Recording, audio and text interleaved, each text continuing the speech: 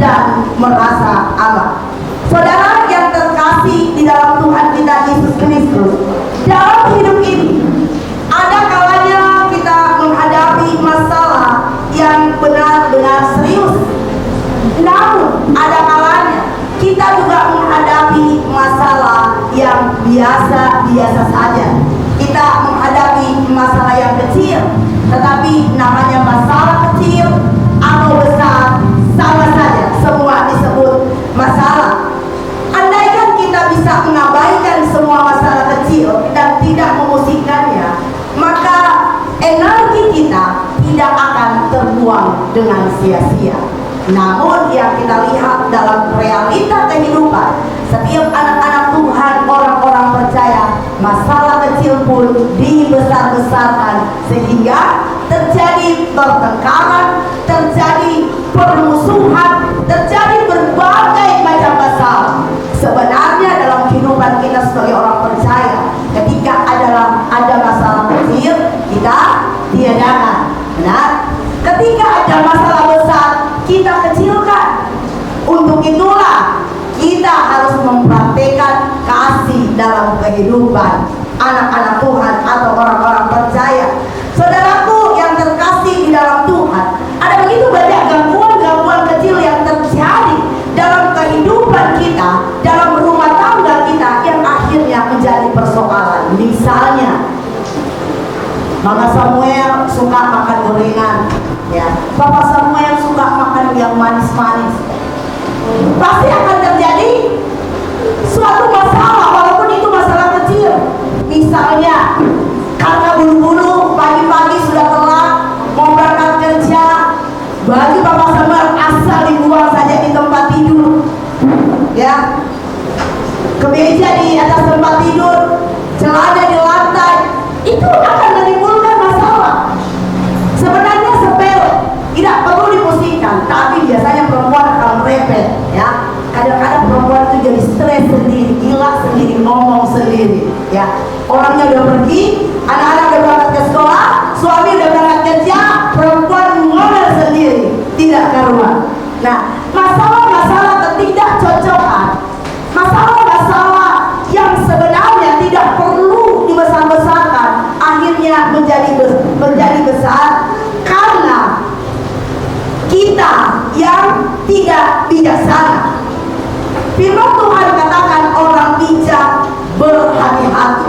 Berhati-hati bukan saja ketika berjalan, tetapi berhati-hati dalam mengeluarkan kata-kata, berhati-hati di dalam menyikapi setiap persoalan. Apalagi persoalan-persoalan kecil, persoalan-persoalan yang tidak ada artinya, persoalan yang kita dengar belum tentu itu benar ataupun benar, ya. Sekarang musimnya hoax, ya. Bahkan yang hoax pun bisa menjadi pertengkaran, bisa menjadi masalah, padahal belum tahu persis atau belum tentu berita itu benar atau tidak benar. Itulah sebabnya sebagai orang percaya, sebagai anak-anak Tuhan, dituntut bagi kita untuk bijak dalam kita menyikapi setiap masalah dan persoalan kehidupan kita. Bijak mendengar, bijak menyaring. Ada pepatah dunia yang berkata begini, yang manis, bukan lagu ya, yang manis, bukan ya, yang manis jangan cepat-cepat ditelan atau dimakan, yang pahit pun jangan cepat-cepat dimuntahkan. Itulah kita diberikan hikmat agar supaya kita bijak di dalam kita menjalankan kehidupan kita di tengah-tengah dunia ini. Jangan kita dibuat pusing oleh hal-hal yang sepele, ya. Seringkali kita dibuat pusing oleh hal-hal yang sepele, hal misalnya makanan, ya, nggak selera, atau hal-hal lain yang sebenarnya tidak ada gunanya. Hal mungkin suami pulang dari tempat pekerjaan, dia lupa lepas sepatunya, dia lupa kebas kakinya, kotor-kotor masuk di dalam rumah, itu bisa jadi masalah. Benar, ibu-ibu, itu bisa jadi masalah. Saat suami nggak mandi, itu bisa jadi masalah. Oke? Hal-hal kecil, hal-hal yang sepele.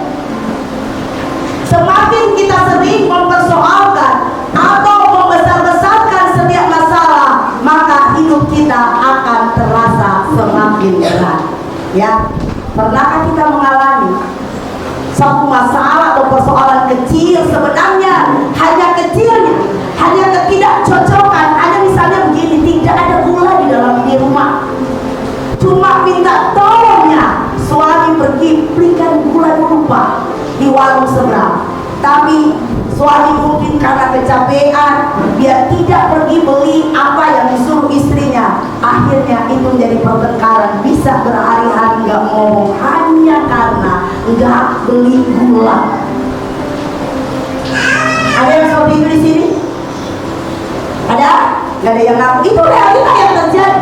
Persoalan-persoalan yang muncul dalam kehidupan kita, rumah tangga kita, masyarakat atau dalam keluarga kita, sebenarnya berawal dari persoalan kecil yang bisa diselesaikan, tapi karena keegoisan kita akhirnya berhari-hari menjadi akal pahit, tidak bisa diselesaikan.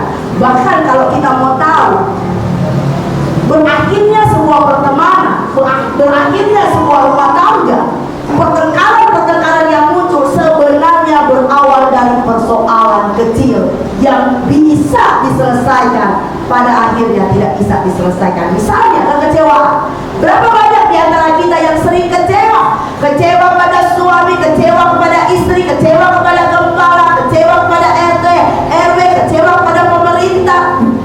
Padahal segala sesuatu bisa diselesaikan, ada solusi, bukan tidak ada solusi. Itulah sebabnya kitab Amsal ini berisikan nasihat-nasihat agar supaya dalam menyikapi hari-hari kita sebagai anak-anak Tuhan, kita bijaksana. Amin.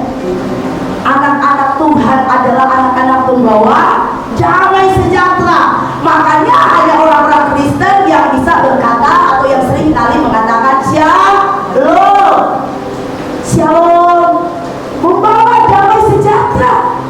Tetapi kalau pada akhirnya kita tidak bisa menghadirkan damai sejahtera dalam kehidupan keluarga maupun rumah tangga kita hanya karena persoalan-persoalan kecil, sungguh miris kehidupan kekristenan zaman ini. Ya, saudaraku yang terkasih dalam Tuhan, coba kita belajar dari Daud.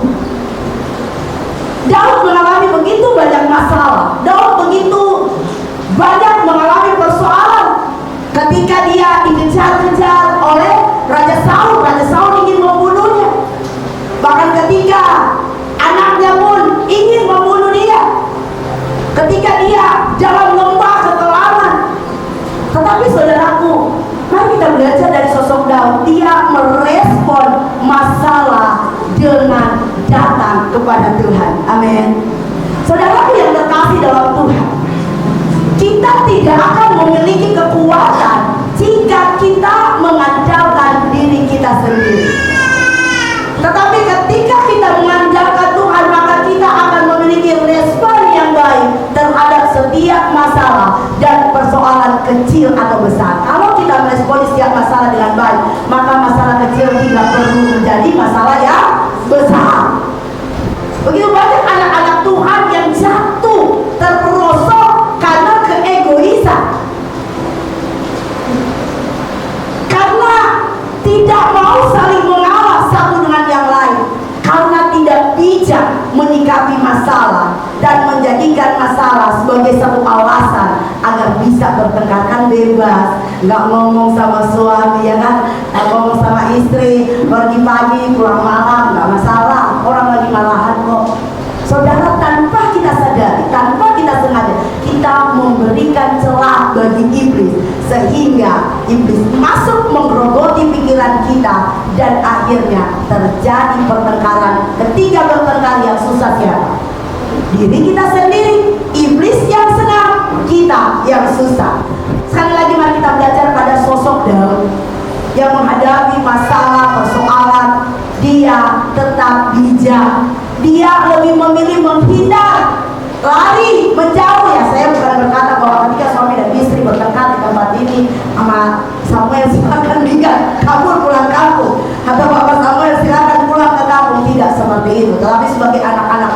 Ketika terjadi masalah-masalah yang kita pikir akan runyam, diam. Itu salah satu kita menghindar, bukan lari, bukan minggat, ya diam. Diam dulu, biarkan istri kayak radio rusak ngomong, kita juga capek sendiri. Ya, bapak-bapak benar ya. Karena kalau istri sedang marah, terus bapak-bapak masuk ngomong, membela diri, dia tidak akan dengar, malah lebih banyak kata-kata yang akan keluar dari mulutnya.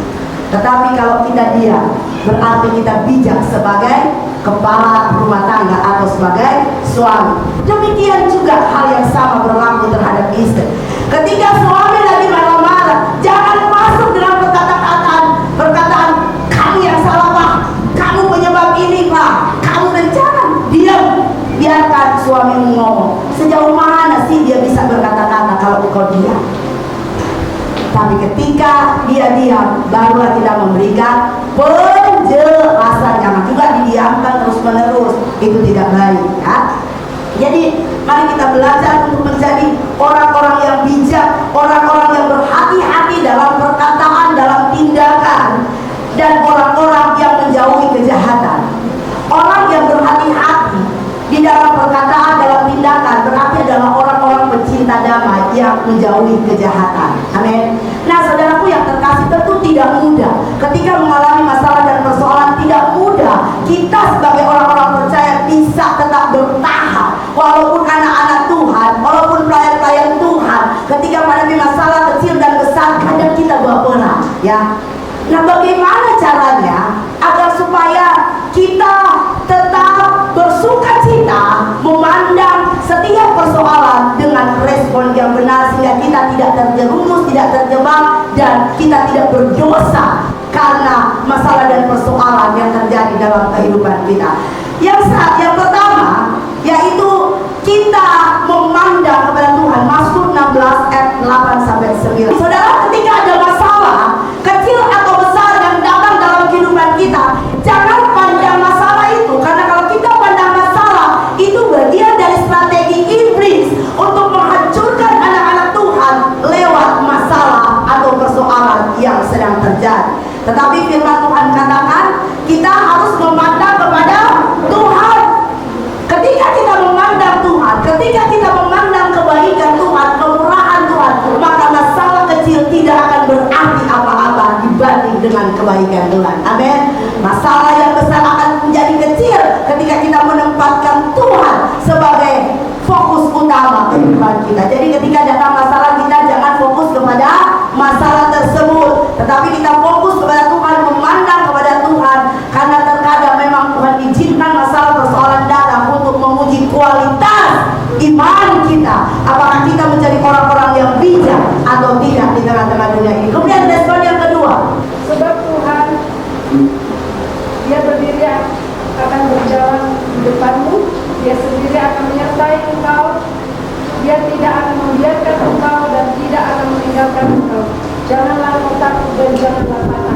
Jangan takut ketika menghadapi masalah dan persoalan. Jangan takut karena Tuhan berdiri bersama-sama dengan engkau. Dia akan menyertai, dia akan memberkati, dia akan memberikan kekuatan kepada kita sehingga kita cakap menanggung setiap masalah dan persoalan. Amin. Sehingga kita mempunyai sikap yang bijaksana di dalam kita menanggapi masalah dan persoalan. Anak-anak Tuhan, jangan suka mendengar sepihak. Ya, banyak kali kita akhirnya khawatir, akhirnya kita jadi lemah, akhirnya kita jadi sakit karena kita merespon hal-hal yang tidak baik, langsung masuk ke dalam pikiran, kemudian ke hati kita tanpa kita menyaring dan menjadi bijak.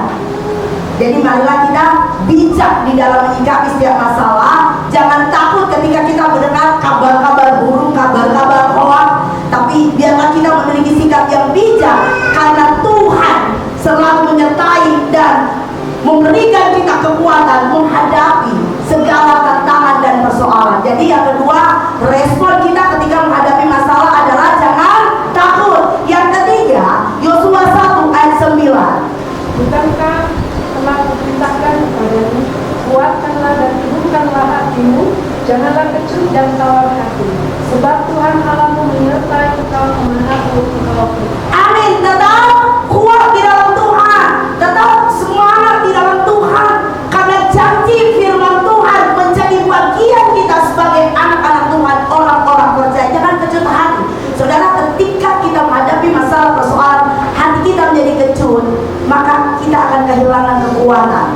Benar ya, kita akan kehilangan kekuatan dalam menyikapi setiap masalah dan persoalan. Nah, itu yang iblis mau.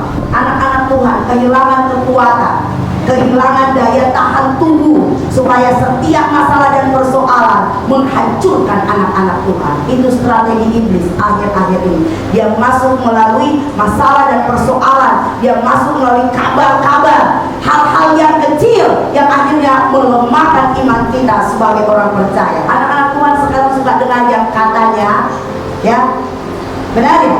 Katanya begini, katanya begitu. Saudaraku yang terkasih, jangan mudah percaya, bijaklah supaya engkau berhati-hati dan engkau menjauhi kejahatan. Ketika kita bijak, maka kita akan mampu membentengi diri kita dari hal-hal yang akan menyerang kita. Amin. Jadi perlu apa? Bijak sebagai anak-anak. Kalau kita bijak menyikapi, enggaklah itu, bukan akunya itu. Banyak orang, padahal sesuatu itu tidak dituju kepada dirinya, kepada pribadinya, tapi dia marah. Apalagi sekarang ya, dengan canggihnya teknologi, internet, orang-orang kalau bertengkar, orang-orang kalau marah, orang-orang kalau nggak suka sama si A, si B, si C, langsung posting. Tidak terlepas, di dalamnya juga banyak anak-anak Tuhan yang seperti itu. Marah sama si A, posting. Tapi saudaraku yang terkasih, saya mau katakan, jangan gubris hal-hal yang seperti itu. Orang yang bijak tidak akan mungkin menggubris atau mempersoalkan hal-hal seperti itu, kecuali ada nama kita di dalamnya. Benar? Ya, kecuali misalnya saya benci kepada Ibu Dewi, dia begini. Baru kita ambil tindakan. Tapi selama tidak ada nama kita, walaupun sebenarnya kita tahu itu tertuju kepada kita, jangan sikapi hal-hal itu. Sebab untuk itulah iblis bekerja, menyeret anak-anak Tuhan supaya sakit hati, supaya kecewa, supaya nggak suka sama si A, si B, dan si C. Padahal belum pasti kebenarannya. Benar, tapi anak-anak Tuhan senang sekali dengan yang tidak benar, senang sekali dengan yang tidak benar daripada yang benar. Coba kalau kita dengerin gosip, berjam-jam anak-anak Tuhan akan duduk mendengarkan gosip. Tetapi kalau dengar firman Tuhan 30 menit saja, wah, terasa panas duduk di kursi. Ya, tapi kalau gosip semakin digosok semakin sip. Itulah kelemahan anak-anak Tuhan. Mau percaya dengan berita-berita hoax, mau percaya dengan kabar-kabar buruk, ya, mau percaya dengan hal-hal yang maya yang tidak benar, tidak mau percaya dengan realita. Saudaraku yang terkasih, jangan sibuk ngurusin persoalan orang lain, bahkan persoalan kita sendiri pun kalau tidak kalau bergantung kepada kita dan tidak ada hal-hal yang harus membuat kita marah atau mengapa kita menjadi bodoh dengan persoalan-persoalan kecil yang terjadi dalam kehidupan rumah tangga kita. Kemudian respon yang keempat, Yosua 18 ayatnya yang ke-33. Yohanes 18 ayatnya yang ke-33, maaf. Saudaraku yang terkasih di dalam Tuhan kita Yesus Kristus. Jadi respon kita terhadap masalah, yang pertama kita harus memandang kepada Tuhan. Yang kedua, kita jangan takut, jangan pernah takut ketika kita menghadapi masalah dan persoalan, karena Tuhan selalu menyertai kita.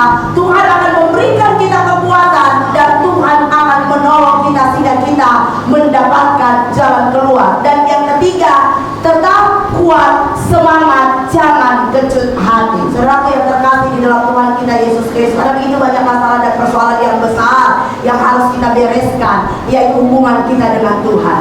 Jadi kalau hal-hal yang menyangkut hubungan kita dengan manusia, sekiranya itu hal-hal yang kecil, jangan terlalu digubris. Jangan kita menjadi orang-orang yang baperan, akhirnya kita sendiri yang sakit hati, kita sendiri yang menerima akibatnya. Amin.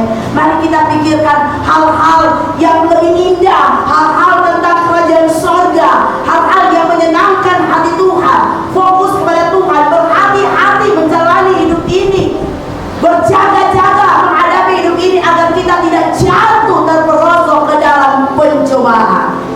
Karena kalau kita tidak bijak menyikapi hal-hal dan kita sendiri akan tergelincir masuk ke dalam masalah dan persoalan yang besar. Mari saudaraku yang terkasih, miliki hati yang bijaksana di dalam kita menyikapi setiap masalah, setiap persoalan yang datang dalam kehidupan kita. Jangan membesar-besarkan masalah dan jangan pernah menceritakan keburukan-keburukan kita kepada orang lain. Jadi marilah kita bijak di dalam kita merespon setiap masalah.